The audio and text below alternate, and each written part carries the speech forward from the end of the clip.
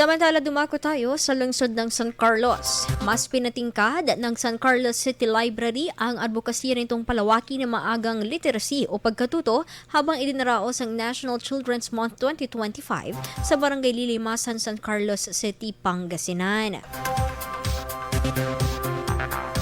Sa masiglang pagtitipon ng mga daycare learners mula sa District 3, itinampok ang isang araw na puno ng makabuluhang gawain, storytelling sessions, interactive learning activities at malikhaing workshops na layong pagyamanin ng imahinasyon, kaalaman at kasiyahan ng mga bata sa pag-aaral.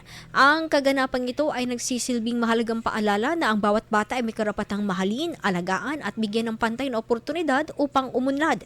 Bilang bahagi ng mas malawak na selebrasyon ng Library Information Services o LIS Month at National Children's Month, pinalawak pa ng San Carlos City Library ang kanilang programa sa pagbibigay ng libreng reading at learning materials. Mula sa daycare learners, isinama pa bilang benepisyaryo ang lahat ng kindergarten learners sa buong San Carlos upang matiyak na mas maraming batang San Carlenyo ang nagkakaroon ng akses sa wastong kagamitan pang edukasyon.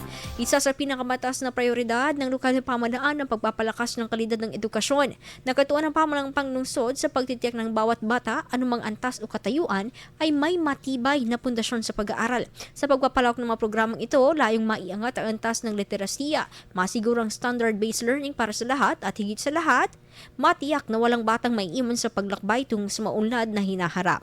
Sa pamamagitan ng mga aktibidad na ito, patuloy na nagpapatunay ang San Carlos City Library na ito ay hindi lamang tahanan ng mga aklat kundi isang aktibong katuwang ng komunidad sa paghubog ng malikhain, matalino at may malasakit na kabataang Pilipino. IFM News. IFM News. IFM News.